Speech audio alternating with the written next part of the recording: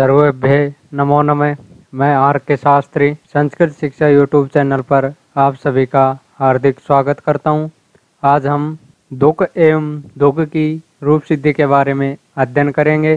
तो आइए सबसे पहले यह देखते हैं कि दुख में धातु कौन सी है। तो दुख में धातु है दुहु धातु। धातु कौन सी है? दुहु धातु। अब सामान्यतः यह देखा जाता है जब भी हम धातु से कोई सिद्धि रूप सिद्ध करते हैं तो उसमें क्विप चय प्रत्यय हमेशा देखा जाता है। तो हम उसी का अनुसरण करते हुए क्विप चय सूत्र के द्वारा यहाँ क्विप प्रत्यय करेंगे। जब क्विप प्रत्यय करते हैं तो हमारी स्थिति बनती है दुहु धन क्विप। यह हमारी स्थिति बनती है। इसके बाद में इस क्विप प्रत्यय का जो आगम हुआ था इसी प्रत्यय का सर्वहार लोप हो जाता है, अर्थात इसमें से कुछ विशेष नहीं बचता। जब कुछ विशेष नहीं बचता तो हम इस दुहु को एक शब्द के रूप में मानकर हम इसका आगे कार्य करते हैं।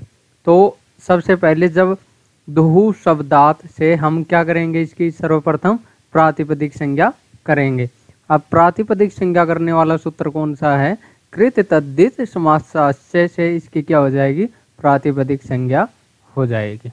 जब प्रातिपदिक संज्ञा हो जाती है तो उसके बाद में एक सूत्र आता है सु औजस अमौटस टाभ्याम विष इत्यादि जो सूत्र है इसके द्वारा यहाँ क्या हो जाएगा?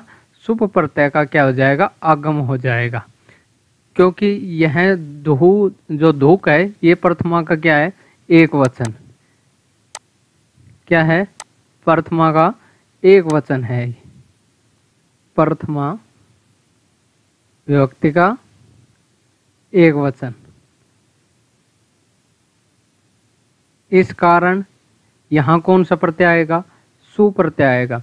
अब जब सु प्रत्यय आ जाता है तो उसके बाद में जो सु में उ है उसकी क्या होगी? यहाँ इत संज्ञा होगी। और इत संज्ञा करने वाला सूत्र कौन सा है? उपदेशे अजनुनासिका इत। इस सूत्र के द्वारा यहाँ उकार से उ की क्या हो जाती है? इत संज्ञा। यहाँ हम लिख देते हैं उकार से इत संज्ञायाम। इत संज्ञायाम। अब इसकी इत संज्ञा हो जाती है तो इत संज्ञा होने के बाद में इस उक का लोप कौन सा सूत्र करेगा? तस्य लोप। तस्य लोप सूत्र कहता है कि जिसकी भी इत संज्ञा होगी उसका ये क्या कर देगा? लोप कर देगा। जब लोप हो जाता है तो हमारे पास स्थिति बनती है दोहु धन से।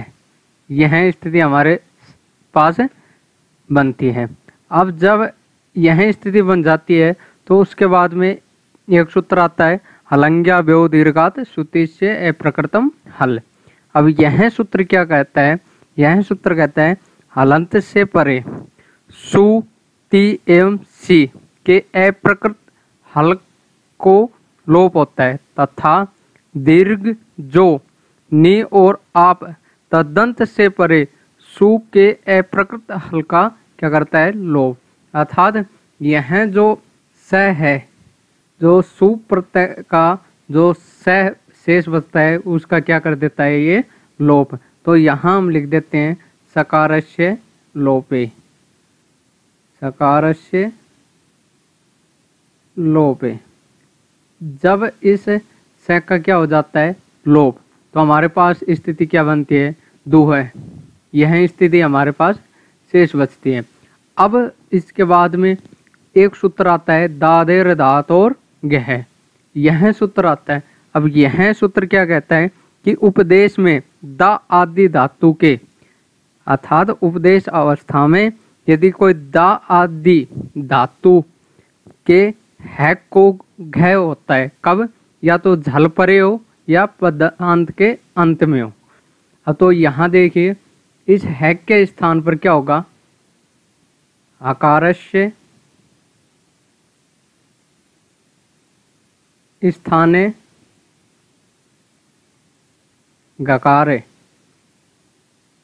अर्थात इस हैक के स्थान पर क्या हो जाएगा, घ हो जाएगा। किस सूत्र के द्वारा, दादेर धातोर गह, इस सूत्र के द्वारा है के स्थान पर गह हो जाएगा। अब उसके बाद में एक सूत्र और आता है, उस सूत्र का नाम है एकाचो बसो बस जसंतस्य स्वदो, यह सूत्र आता है। अब यह सूत्र क्या कहता है कि धातु के अवयव एकाच जसंत भस को भस होता है, अर्थात तो यह कहता है कि बस जो प्रत्याहार है, क्या बस। अब बस में कौन कौन से आते हैं, ब ग ड द, ये तो क्या आते हैं बस में। और भस में कौन कौन से आते हैं, ब घ ड और ध, ये आते हैं। तो यह कहता है कि धातु के अवयव एकाच जसंतस्य बस को भस होता है, अर्थात स और ध्वय परे या पद के अंत में होने पर बस के स्थान पर भस हो जाता है। अब देखिए यहाँ बस का हमारे पास क्या है कि जो घ है ये द है, इस द के स्थान पर देखिए यहाँ पर जो द है हमारे पास, इस द के स्थान पर क्या हो जाएगा, यहाँ ध हो जाएगा। किससे, कौन से धातु कौन से सूत्र के द्वारा, एकाच बसो बस जसंत से स्वदो। यह क्या कहता है कि बस प्रत्याहार के स्थान पर क्या हो जाएगा, भस हो जाएगा। अर्थात यदि ब होगा इसके स्थान पर भय, ग के स्थान पर घ, ड के स्थान पर ड और द के स्थान पर ध, यह हो जाएगा। तो यहाँ पर द के स्थान पर क्या हो जाता है, इस द के स्थान पर क्या हो जाएगा, ध हो जाएगा। और जब ध हो जाता है तो हमारे पास स्थिति क्या बनती है, दो गए, यह स्थिति हमारे पास बनती है। जब यह स्थिति हमारे पास बन जाती है तो उसके बाद में एक और सूत्र आता है, उस सूत्र का नाम है जलाम जसो अंत्य। यह सूत्र कहता है कि पदांत में झल प्रत्याहार वर्णों को जस होता है, अर्थात जो यह सूत्र क्या करेगा, जो ये घ था, क्या जो ये घ था, इस घ के स्थान पर क्या कर देगा, ग। अर्थात यह सूत्र कहता है कि पदांत में झल प्रत्याहार वर्णों को जस प्रत्याहार में बदल देता है। तो अब यह देखेंगे जब घ का जब ग में हो जाता है तो उसके बाद हमारे पास स्थिति क्या बनती है, दुग, यह स्थिति हमारे पास बनती है। अब यहाँ हमारा एक रूप तो सिद्ध हो गया, हमें बनाना क्या था, धुग। देखिए दुक और धुग, ये तो सिद्ध हो। अब हमें क्या बनाना है, दुक और बनाना है। तो इसके लिए हम क्या करेंगे, सबसे पहले हम इसकी अवसान संज्ञा करेंगे, क्योंकि अवसान संज्ञा कहाँ होती है, जो अंतिम वर्ण स्वर रहित हो, अर्थात व्यंजन हो, उस वहाँ पर क्या होती है, अवसान संज्ञा होती है। तो सबसे पहले हम यहाँ क्या करेंगे, अवसान संज्ञा। किस सूत्र से, विरामो अवसान से क्या हो जाएगी, अवसान संज्ञा। अवसान संज्ञायाम जब इसकी अवसान संज्ञा हो जाती है तो उसके बाद में एक और सूत्र आता है, उस सूत्र का नाम से वावसान है। यह सूत्र कहता है कि अवसान में अर्थात अंत में झल वर्णों को चर, अब चर में कौन कौन से आते हैं, कि झल वर्णों को चर में बदल देता है। कब, विकल्प से, विकल्प से यह कार्य करता है। तो चर में कौन कौन से प्रत्याहार आते हैं, यह देखते हैं, च, ट, त, क, प और तीनों से, ये आते हैं।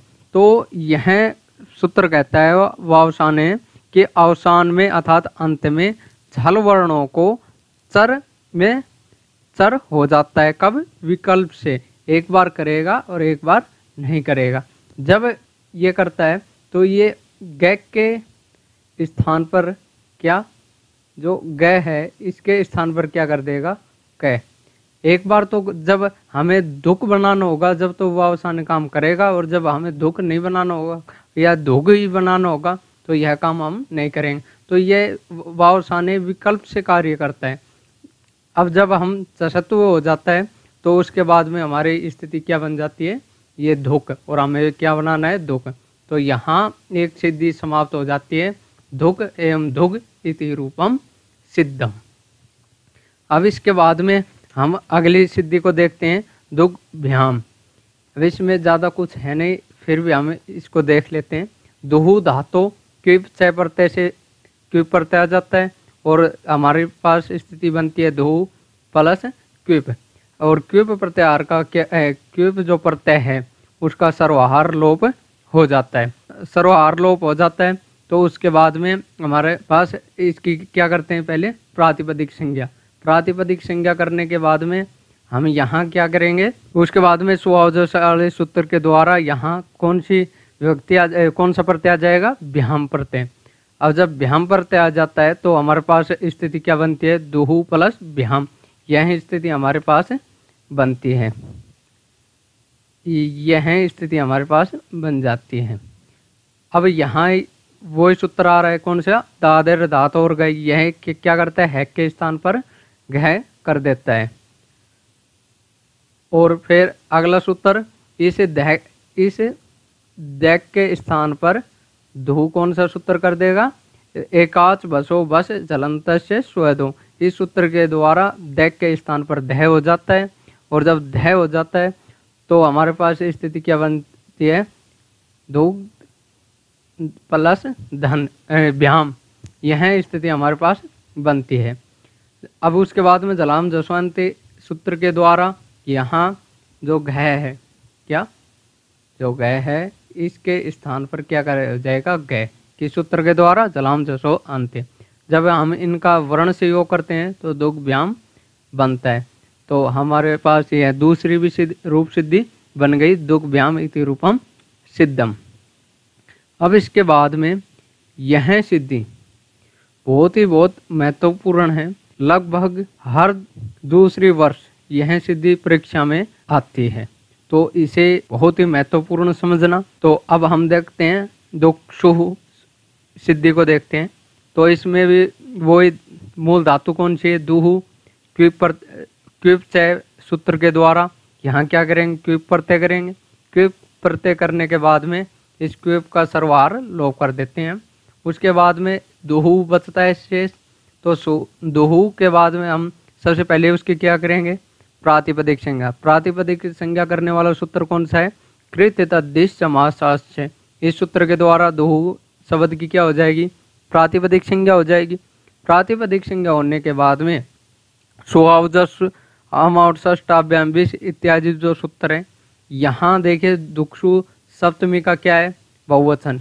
तो यहाँ भी क्या कौन सा प्रत्यय आएगा, बहुवचन का आएगा सप्तमी का। तो ये धू प्लस सुप ये आ गया। अब इसके बाद में देखेंगे जो दोहू प्लस सुप यह स्थिति बनी है हमारी। अब देखेंगे हम यहाँ ये सुप में जो प है इसकी क्या हलंत्यम से क्या हो जाएगी, इत संज्ञा। तो हम यहाँ लिख लेते हैं इति सूत्रेण पकारस्य इत संज्ञायाम, इत संज्ञायाम, इसकी इत संज्ञा हो जाती है। और तस्य लोप से इसका क्या हो जाता है, लोप, किसका, पैक का लोप हो जाता है। यहाँ और लिख देता हूँ पकारस्य लोपे। अब जब लोप हो जाता है तो हमारे पास स्थिति क्या बनती है, धू धन सु, यह स्थिति हमारे पास बनती है। उसके बाद में यहाँ एक और सूत्र आता है दादेर धात और गए। अब यह सूत्र भी क्या कहता है कि उपदेश में दा आदि धातुओं को हैक को गह होता है। कब होता है, या तो झल पर हो या पदांत में हो। तो ये हैक के स्थान पर क्या कर देगा, हैक के स्थान पर घ यह हो जाएगा। अब जब यह हो जाता है तो हमारे पास स्थिति क्या बनती है, दुग्ध धन सु, यह स्थिति हमारे पास बनती है। अब इसके बाद में एक और सूत्र आता है, एकाच बसो बस जलंत से स्वेदो। यह क्या करता है, बस के स्थान पर भस कर देता है, अर्थात जो दोहु धातु है, इस दोहु में जो द है इसके स्थान पर क्या कर देगा, ध कर देता है। जब यह ध हो जाता है तो हमारे दुग धन सु, यह स्थिति हमारे पास बनती है। उसके बाद में एक सूत्र आता है जलाम जसो अंते। इस सूत्र के द्वारा क्या हो जाता है, जो ये ग है इसके स्थान पर क्या हो जाएगा, ग। किस सूत्र के द्वारा, जलाम जसो अंते, जलाम जसो अंते। इस सूत्र के द्वारा घ के स्थान पर ग हो जाता है। जब ग हो जाता है दुग धन सु, यह स्थिति हमारे पास बनती है। अब यहाँ देखिए, यहाँ एक सूत्र आता है आदेश प्रत्ययो। कौन सा, आदेश प्रत्ययो। अब यह सूत्र क्या करता है, जो ये स है इस स को इस स में बदल देता है। तो आदेश प्रत्ययो के द्वारा क्या हो गया, इस स के स्थान पर ये स हो जाता है। तो जब यह स हो जाता है तो उसके बाद में दुग प्लस सु, यह स्थिति हमारे पास बनती है।